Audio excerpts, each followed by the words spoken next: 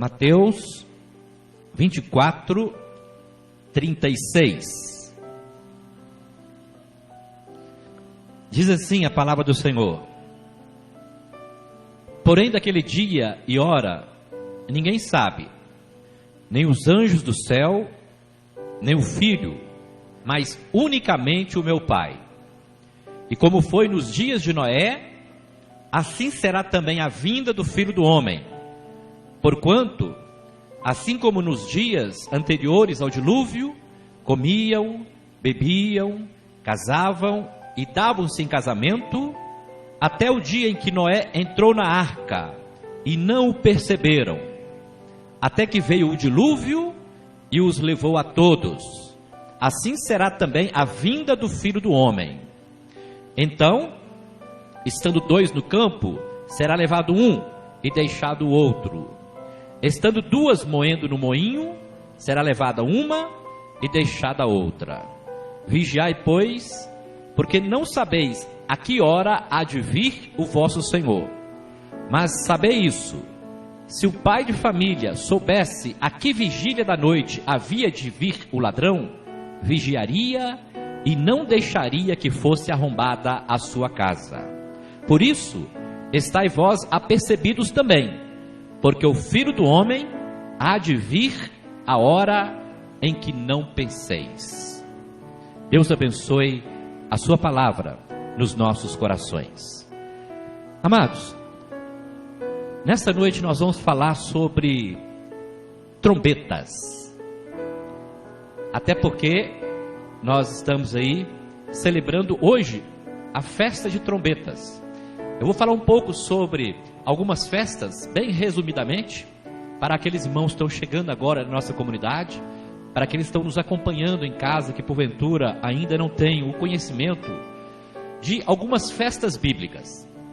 Eu já falei aqui várias vezes, em vários cultos, sobre as festas bíblicas, em especial das três grandes festas bíblicas: a festa de Páscoa, a festa de Pentecostes e a festa de Tabernáculos. E no meio destas festas aparecem ainda 4 outras festas, que são chamadas festas preparatórias. Festas preparatórias. Preparatórias para se celebrar as grandes festas. Por exemplo, nós vamos celebrar no mês que vem a festa de Tabernáculos. E tem 2 festas que antecedem a festa. A festa de trombetas, que é hoje, e a festa de Yom Kippur, ou então o dia do perdão, que vai ser celebrado domingo que vem, para que na outra semana nós venhamos a celebrar a grande festa de Tabernáculos. Eu vou falar um pouco sobre trombetas, e o texto que eu acabei de ler aqui fala sobre trombetas, fala sobre a proclamação da palavra. Mas antes de nós entrarmos no texto, deixa-me falar um pouco sobre o porquê das festas e porquê, em especial, da festa de trombetas. As festas, elas, quando você lê na Bíblia, leia lá depois, nos livros de Levítico e no livro de Números, você vai encontrar Deus ordenando a nação de Israel a celebrarem as festas. Aí ele termina, ao falar para eles celebrarem as festas, ele termina falando o seguinte, que isso seja como testemunho perpétuo. Ou seja, eles tinham que se lembrar disso sempre. Eles não poderiam de forma nenhuma se esquecerem do significado daquelas festas. Não apenas o rito, não apenas a cerimônia em si, mas cada uma daquelas festas tinham um significado no mundo espiritual. Por exemplo, a festa de Páscoa fala sobre libertação. Êxodo capítulo 12 fala que Deus instituiu a festa de Páscoa quando a nação de Israel saiu do Egito e ia em direção à terra prometida. Então a festa de Páscoa significa libertação. E quem é que nos trouxe a libertação, a verdadeira libertação? Jesus Cristo, porque Ele é o Cordeiro de Deus que tira o pecado do mundo. Pegaram aí? Então, as festas, elas tinham um fundo espiritual. Tem uma mensagem tremenda por trás de cada uma destas festas. E, em especial, a festa de trombetas que celebramos este domingo, fala sobre 3 convocações. Quando você lê, tanto lá em Levítico, como também em Números, você vai encontrar, falando sobre a festa de trombetas, você vai encontrar Deus orientando tocarem a trombeta. Eram 2 trombetas feitas de prata, e somente o sacerdote que poderia tocá-las. E quando eles tocavam a trombeta, tinha 3 significados, representavam 3 coisas. Eram 3 convocações. Quais as convocações? O primeiro, eu até pedi um pastor Evandro, ele enviou para mim, está tendo no meu celular, os toques, os 3 toques. Depois eu passo para vocês com mais detalhes. Muito interessante. Cada um dos 3 toques eram diferentes. Tá? Cada um tinha um significado. Quando o sacerdote tocava com aquele som, eles sabiam o que estava acontecendo. Então eles se reuniam para um propósito. Então, o primeiro sonido que era tocado na trombeta era uma convocação para que o povo viesse a se reunir para ouvir a palavra de Deus. Muito interessante. Então, a primeira convocação, o primeiro sonido da trombeta era um chamamento, era uma convocação para que todo o povo se reunisse para ouvir a palavra de Deus. Que coisa interessante, muito profundo isso. Então, a trombeta representava uma convocação para que o povo se reunisse, para que eles pudessem estar diante do Senhor, para receber as orientações, os conselhos, para que eles tivessem dias abençoados. E quando nós lemos aqui o texto, Mateus capítulo 24, nós encontramos um trombeteiro, ele tocando a trombeta para que as pessoas se reunissem para ouvir a voz do Senhor. Quem era esse trombeteiro? Noé. Mas diz a Bíblia que ele tocou a trombeta. Durante 100 anos, ninguém deu ouvido, ninguém deu crédito. Será que hoje as pessoas estão ouvindo a convocação da trombeta de Deus para se reunirem, para ouvir a voz do Senhor? Assim como naqueles dias, nos dias de Noé, as pessoas desprezaram o sonido da trombeta, não deram crédito à palavra do Senhor e se perderam. Hoje também muitas pessoas estão indo pelo mesmo caminho. Durante 100 anos, Noé construindo a arca e ele convocando as pessoas, avisando para as pessoas: vem o dilúvio, Deus vai trazer juízo sobre a terra, Deus não está contente com o que está acontecendo aqui sobre a terra.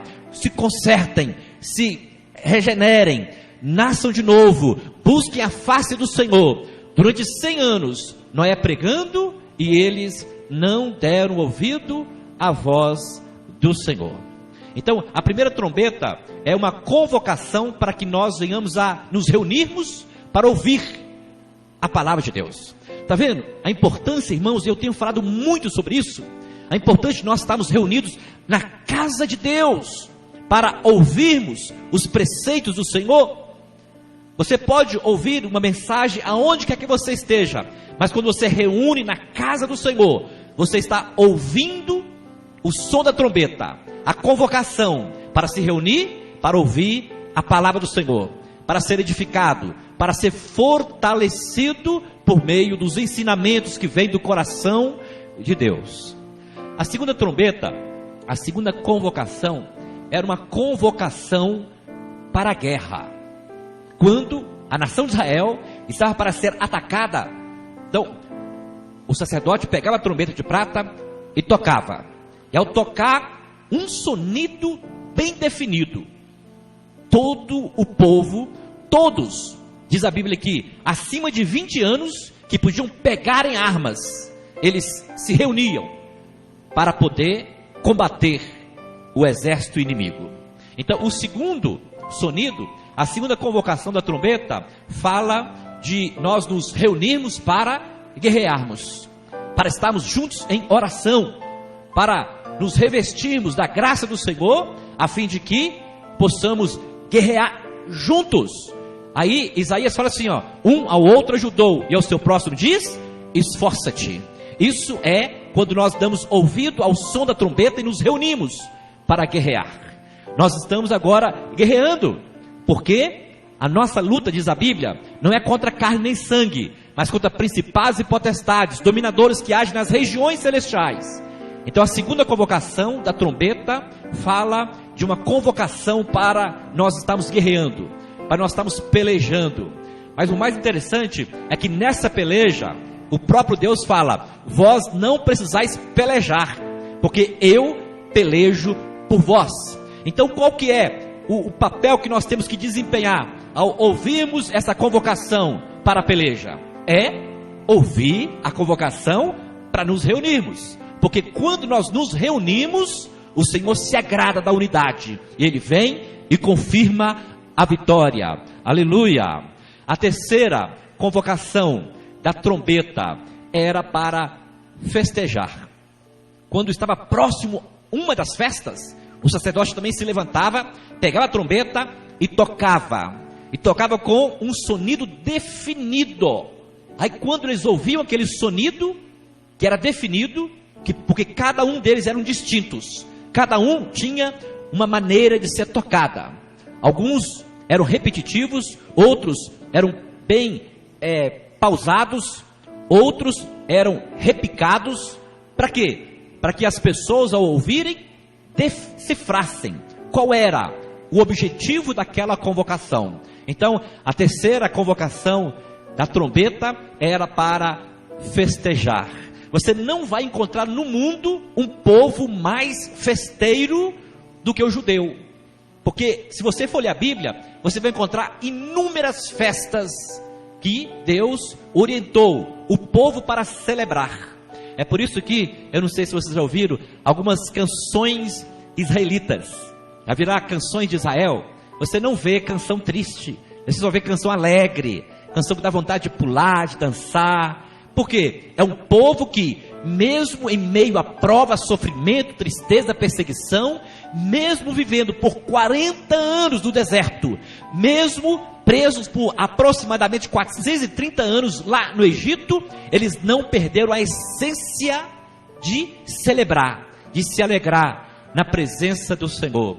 Então, o terceiro sonido que saía da trombeta era uma convocação para celebrar, para festejar. Irmãos, irmãs, nós precisamos nos alegrar no Senhor. Às vezes nós passamos por tanta prova, por tanta dificuldade, tanto sofrimento, e aí nós até pensamos, mas celebrar o quê? Festejar por quê? Não tem um motivo para me alegrar. Tem sim, nós temos motivos para nos alegrarmos sim, porque o Senhor é conosco. Se você pensa assim, não tem motivo nenhum para me alegrar, se alegre por esse motivo que eu sempre falo com vocês. Se alegre porque o seu nome está escrito no livro da vida. Você vai estar passando a eternidade do lado do Senhor. O choro vai passar, a tristeza, o sofrimento, as dores, as enfermidades, as perseguições, as necessidades lá não existirão. Então se alegre pelo menos por isso. Mas Deus tem nos dado inúmeros motivos para nos alegrarmos. Nós temos uma casa, nós temos uma família, nós temos saúde, enfim, nós temos aonde morar, nós temos, enfim, disposição para servir o Senhor. Então nós precisamos ouvir a convocação para nos festejarmos e nos celebrarmos na presença do Senhor, o nosso Deus. Aleluia. Amados, mas aqui, o texto que nós acabamos de ler, Mateus capítulo 24, a partir do versículo 36, nós encontramos uma trombeta tocando. Trombeta é um sinal de que Deus está falando. Como eu falei agora há pouco, Noé, ele foi um trombeteiro, ele pregou a palavra, era como se Deus estivesse falando por meio dele. E quando você vai lendo a Bíblia, você vai encontrar inúmeros outros homens, mulheres de Deus, profetas, pessoas que se tornaram porta-vozes do Senhor, pessoas que abriram seus lábios para anunciar a palavra do Senhor. Então, como que Deus tem tocado a sua trombeta nesses dias? Aqui, ó. Primeiro, Ele tem tocado por meio da sua palavra. Assim como nos dias de Noé, Noé abria os lábios e falava, anunciava o juízo que estava por vir. Quando nós lemos a Bíblia, é Deus abrindo a sua boca e falando comigo, com você. Vai vir o juízo, vai vir o tempo de prestação de contas. Precisamos nos consertarmos, precisamos nos corrigirmos, precisamos mudar a direção. Mudar a direção significa converter, ou seja, mudar a direção para que possamos nos encaixar no projeto, no propósito de Deus para as nossas vidas. Como que Deus toca a trombeta hoje também? Por meio dos sinais. Aqui no capítulo 24 de Mateus, você vai encontrar Jesus falando sobre os sinais que precederão, que virão antes da vinda do Filho do Homem. E esses sinais estão acontecendo há aproximadamente 2000 anos. Desde quando Jesus falou até os nossos dias, esses sinais estão acontecendo. Alguns sinais. Ele diz aqui em Mateus capítulo 24, que haveriam tempos de fome, de peste, tempos em que reinos se combateriam contra outros reinos, pais contra filhos, filhos contra pais. Ele fala sobre morte, ele fala sobre perseguição, fala sobre terremotos, ou seja, catástrofes naturais. E nós já passamos por muitas disso. E aqui a trombeta atual é o vírus que está ainda assolando muitas pessoas. Deus, Ele fala conosco por meio dos sinais. Quando nós deparamos com sinais, automaticamente nós vamos o quê? Nós vamos nos conscientizar de que Deus está cumprindo a sua palavra. E aqui em Mateus capítulo 24, a partir do versículo 36, Jesus, Ele toca a trombeta com relação à sua vinda. Talvez essa seja a trombeta mais profunda, a trombeta que mais nos interessa. Nós precisamos realmente estarmos conscientes de que o Senhor voltará. Amém? O Senhor voltará. Em Apocalipse fala assim, ó, eis que venho cedo. Para nós, talvez esteja demorando, mas para Ele, talvez não tenha passado nem um minuto, porque para Deus, um dia é como se fosse 1000 anos. 1000 anos como se fosse um dia. Então nós não podemos de forma nenhuma ficarmos desapercebidos como os habitantes dos dias de Noé. E Jesus utiliza justamente o tempo de Noé. O que ocorria nos dias de Noé? Diz a Bíblia, as pessoas casavam, comiam, bebiam, casavam e davam-se em casamento. Em outras palavras, elas estavam preocupadas com as suas necessidades pessoais, individuais. Isso é pecado? Não. Desde que nós venhamos a colocar sempre o reino de Deus em primeiro lugar. Mateus capítulo 6, versículo 33 fala, mas buscai em primeiro lugar o reino de Deus e a sua justiça, e as demais coisas nos serão acrescentadas. Naquele tempo, as pessoas não estavam buscando o Senhor, não estavam dando ouvidos à trombeta de Deus, que era Noé. Eles não acreditaram nas palavras de Noé, eles duvidaram de que Deus enviaria o dilúvio.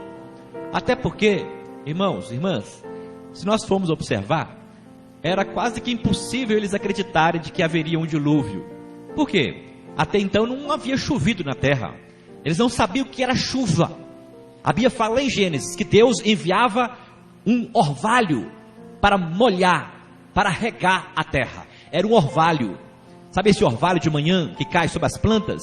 Era aquele orvalho que Deus enviava para poder fazer com que a terra produzisse. Mas até então não havia chovido. E de repente aparece Noé falando que eles tinham que se arrepender, mudar de vida, porque viria um dilúvio. Assim também, muitas pessoas, como naqueles tempos, não acreditaram. Hoje também muitas pessoas estão duvidando de que Jesus voltará. Por isso nós precisamos vigiar. Nós precisamos estar preparados para a vinda do Senhor. Eu vou enumerar aqui algumas situações em que nós precisamos estar preparados, vigilantes para a vinda do Senhor. A primeira situação que nós precisamos vigiar, irmãos, é com relação às nossas palavras. Precisamos vigiar com aquilo que nós falamos. Sabia que a Bíblia fala que nós vamos ser julgados por duas coisas. Primeiro, pelas nossas ações, por aquilo que nós fazemos. E até eu coloco aqui entre o que nós fazemos, também o que nós deixamos de fazer, porque está intimamente ligado. Aquilo que nós fazemos, seja errado ou bom, nós vamos ser julgados, mas também aquilo que nós deixamos de fazer, também vamos ter que prestar contas daquilo. Tiago diz assim, porque aquele que sabe o bem que deve fazer e não faz, comete pecado. Então, primeira atitude, ação que nós vamos ter que ser julgados, é por aquilo que nós fazemos. São as nossas atitudes. A segunda é por meio das nossas palavras. É por isso que nós repetimos muito esse jargão, que as palavras têm poder. E é verdade. O próprio Tiago nos diz isso. Ele diz assim, olha, pode porventura, da mesma fonte, a fonte ali é a boca, pode da mesma fonte sair ou jorrar água boa e água amarga? Ou seja, pode da mesma boca que sai louvores, cantamos adoração, oramos ao Senhor, sair palavra de maldição, palavras de destruição, palavras que realmente venham a trazer morte para a vida das pessoas? Não, de forma nenhuma. Então, primeira área que nós precisamos vigiar, para não sermos surpreendidos, como nos dias de Noé, é com relação às nossas palavras. Vigia a tua palavra. Nós precisamos, o pedido, a oração de Davi, ele diz assim, Senhor, põe um guarda na minha boca, freia a minha língua. Lá em Eclesiastes capítulo 5 fala assim, que sejam poucas as suas palavras quando chegarem diante do Senhor, porque na multidão de palavras há pecado.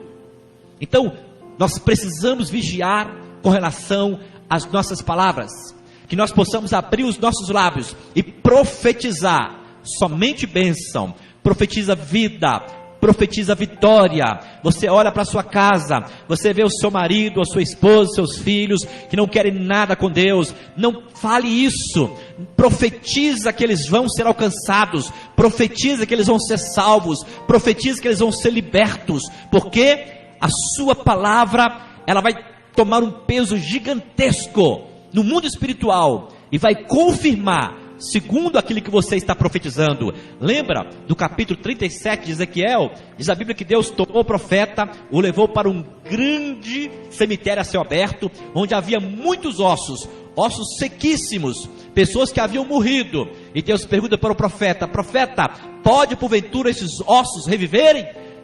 E o profeta diz, tu sabes, Senhor. E Deus fala para o profeta, então profetiza ao filho do homem. Ele começou a profetizar, aquilo que estava morto, viveu, aleluia. É isso que acontece quando nós profetizamos também bênção sobre o nosso lar, a nossa casa e a nossa família. Então não use a sua boca para trazer maldição, mas para trazer bênção e vida para aquelas pessoas que estão à sua volta, aleluia. Segundo, a segunda área que nós precisamos vigiar, para não sermos surpreendidos com a vinda do Senhor, é com relação aos nossos olhos. Jesus disse que os olhos são a lâmpada do corpo. Você já viu lá que nos 10 mandamentos, um dos 10 mandamentos é, não cobiçarás. Aí você vai encontrar várias situações, não cobiçarás a mulher do próximo, o burro do próximo, o animal do próximo, enfim, contextualizando, irmãos, tudo que nós olhamos e desejamos, mas que não nos pertence, automaticamente é cobiça, e aquilo passa a dominar a nossa vida. Nós passamos a ser controlados pela nossa visão. Por isso nós precisamos vigiar com relação para onde nós estamos olhando. A Bíblia fala que Deus colocou Adão e Eva no jardim do Éden e colocou duas árvores: a árvore do conhecimento do bem e do mal e a árvore da vida. Diz a Bíblia que a serpente apareceu e convenceu Eva a pegar do fruto da árvore do conhecimento do bem e do mal. E diz a Bíblia que quando ela olhou, olha só a expressão, ela viu que o fruto era bom, era agradável, ela tomou para si, comeu e deu para Adão. Então nós precisamos vigiar com relação aos nossos olhos. Jesus disse que se os nossos olhos forem bons, todo o nosso corpo será luz. Mas se os nossos olhos forem maus, quão densas trevas nós estamos. Então nós não podemos de forma nenhuma perder a visão daquilo que realmente interessa. Irmãos, irmãs, nós somos seduzidos todos os dias por aquilo que nós vemos. Nós vemos algo que nos atrai com os olhos. A Bíblia nos dá várias situações de pessoas que perderam a bênção por causa de não vigiarem os seus olhos. Um deles, Davi, um homem segundo o coração de Deus. Diz a Bíblia que uma certa tarde, ele estava caminhando pelo alpendre da sua casa, e ele viu que a janela estava aberta, e ao longo, ele viu uma mulher tomando banho, Betseba. E a Bíblia fala que quando ele viu aquela mulher, ele a desejou, e aquilo foi o motivo da sua ruína.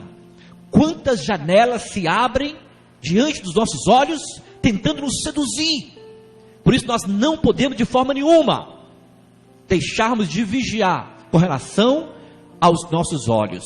Sabe qual que é o princípio para que nós venhamos a estar sempre vigilantes e nunca vamos perder a visão do que realmente é interessante? É aplicarmos o que está escrito lá em Hebreus capítulo 12, no versículo 2.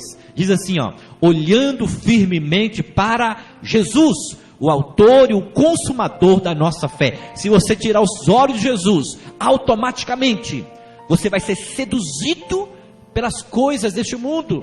O apóstolo Paulo fala para o jovem, aqui, uma palavra para os jovens. Os jovens são mais seduzidos, eles são mais assediados. Paulo fala para o jovem Timóteo, ele diz assim, olha, não se embarace em negócios dessa vida, a fim de agradar aquele que te arregimentou. Ou seja, não deixe que nada venha te seduzir, não deixe que nada venha te prender, a fim de você agradar aquele que te chamou, que te convocou, que tocou a trombeta e que você deu crédito. Porque na verdade, irmãos, somos seduzidos todos os dias, ou pelo menos tentados. Nós somos tentados todos os dias. A tentação não é pecado, mas o ceder à tentação, sim. Na oração do Pai Nosso, no capítulo 6 de Mateus, Jesus fala, não nos deixeis cair em tentação. Vamos ser assediados, vamos ser tentados, mas nós precisamos vigiar os nossos olhos. Vamos olhar sempre para Jesus, o autor e o consumador da nossa fé. Vocês viram lá? Pedro, a Bíblia fala que Jesus, ele estava caminhando por sobre as águas. Os discípulos estavam dentro do barco. De repente, eles viram Jesus, já era madrugada fora, aquela escuridão. Eles pensaram que era um fantasma. Eles se assustaram. Jesus disse, não temam, sou eu. Aí Pedro disse, é o Senhor, então permita que eu vá até ti. E diz a Bíblia que Pedro começou a caminhar por sobre as águas. E diz a Bíblia que enquanto ele estava olhando para Jesus, ele estava caminhando pela fé, porque somente pela fé que ele poderia flutuar, andar por sobre as águas. Mas diz a Bíblia que de repente ele tirou os olhos de Jesus e passou a olhar para o movimento das águas, porque o mar começou a agitar, começou a haver uma turbulência. Ele tirou os olhos de Jesus, olhou para os problemas, para as dificuldades, para as turbulências, e ele começou a afundar. É isso que acontece. Por isso nós não podemos de forma nenhuma tirar os nossos olhos de Jesus, o autor e o consumador da nossa fé. Aleluia. Terceira terceira situação que nós devemos vigiar. Vigiar no templo. Vigiar aqui na congregação. Você sabia que aqui, neste momento, é o momento em que o inimigo mais vai investir para tentar roubar o poder da palavra, impedir que você seja edificado por meio da palavra? Quantas e quantas vezes pessoas acessam a nossa página e começam a acompanhar os cultos e de repente elas saem, elas não dão prosseguimento, não ouvem a mensagem completa. Sabe por quê? O inimigo vem e rouba a palavra que está semeada ou sendo semeada no coração daquela pessoa. Então nós não podemos de forma nenhuma ficar desapercebidos na casa de Deus. Nós precisamos estar atentos na hora do louvor, da adoração, atentos na hora da pregação. É Deus tocando a trombeta, é Deus falando conosco, é Deus nos edificando, Deus nos fortalecendo. Então não pense nos problemas que virão, não pense nos desafios dessa semana que inicia, não pense no problema de saúde que talvez você esteja enfrentando, não pense no seu filho ou no seu marido que está desviado. Não, se ligue no trono da glória neste momento. É Deus falando com você. A Bíblia fala em Atos capítulo 20, no versículo 9, uma história muito curiosa. Paulo estava pregando, a casa estava cheia de pessoas, e de repente, a Bíblia fala que Paulo demorou na pregação. Enquanto ele demorou na pregação, um jovem chamado Eutico, ele estava sentado na janela. Havia tantas pessoas ali naquela sala, que ele teve que sentar na janela. Era o segundo andar, e de repente, a Bíblia fala que ele caiu daquela janela, e ao cair, ele morreu. E Paulo, ele parou a pregação, ele desceu, e ele profetizou vida sobre Eutico, aquele jovem que havia morrido durante a sua pregação. E diz a Bíblia que ele ressuscitou, e Paulo tomou pela sua mão e o levou novamente para o salão, e ele voltou a pregar. A mensagem continuou. Irmãos, olha só que lição interessante. Eutico estava ouvindo Paulo estava pregando a palavra de Deus, mas por um cochilo, ele caiu, ele não estava ligado, ele não estava apercebido, não estava vigilante. E quantas vezes nós ouvimos a palavra, e quando termina o culto, aí nós tentamos lembrar o que foi falado, nós não conseguimos. Então nós precisamos vigiar com relação ao tempo que nós passamos aqui na congregação. Se alimente da palavra, receba a palavra, se aproprie da palavra. Não permita que nada, nem ninguém, preocupação nenhuma, venha roubar esse tempo precioso que Deus nos dá para ouvirmos a sua palavra. Aleluia. Outro ponto, irmãos. Aleluia. Glória a Jesus. Outra área que nós precisamos vigiar, com relação ao nosso testemunho. O nosso testemunho. A Bíblia fala, lá em Hebreus, no capítulo 12, fala que nós estamos rodeados por uma grande nuvem de testemunhas. Hebreus 12:1 diz isso. Aonde quer que você esteja, tem alguém de olho em você. Aonde quer que eu esteja, tem alguém me filmando. Pegou aí? Hoje, nós não conseguimos fazer mais nada escondido. Sempre tem uma câmera, discreta ou indiscreta, filmando o que está acontecendo, seja para o bem, como para o mal. Por isso nós precisamos vigiar com relação ao nosso testemunho.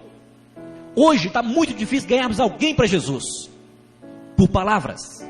Sabe qual que é a forma mais prática, mais precisa para nós ganharmos alguém para Jesus? Por meio do nosso testemunho. É você ser uma pessoa de palavra, é eu ser uma pessoa de caráter, é eu zelar do meu testemunho, é eu ser uma pessoa que seja confiável. uma pessoa honesta, uma pessoa dedicada.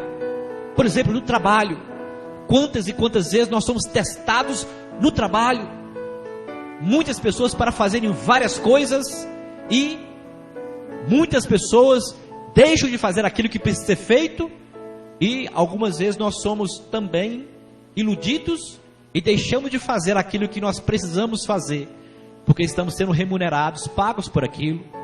Quando nós fazemos, desempenhamos a nossa função, independente de onde seja, no trabalho, aqui, na escola, em casa, nós estamos dando um bom testemunho. As pessoas estão sendo edificadas por aquilo que nós somos. Uma área que nós pecamos demais, a área de falar pequenas mentiras. Quantas e quantas pessoas, elas falam assim, é uma mentirinha, não vai fazer mal para ninguém. Aqui, as pessoas estão do seu lado, elas estão de olho, elas estão observando, elas estão captando a essência do seu caráter, por meio dessas pequenas falhas, que para você não tem problema nenhum, mas que no mundo espiritual surte um efeito gigantesco. Então nós precisamos zelar do nosso testemunho. Então, porque nós temos que zelar do nosso testemunho, para nós não sermos surpreendidos com a vinda do Senhor. O texto aqui, Mateus capítulo 24, Jesus, ele dá o exemplo de um homem que vigia, porque provavelmente o ladrão pode chegar e roubar a sua casa. Aqui no versículo 42, ele diz assim, ó: vigiai, pois, porque não sabeis a que hora há de vir o vosso Senhor. Mas considerai isso: se o pai de família soubesse a que vigília da noite, ou a que hora da noite haveria de vir o ladrão, vigiaria e não deixaria que fosse arrombada a sua casa. Por isso estai vós apercebidos também, porque o Filho do Homem há de vir a hora em que não penseis.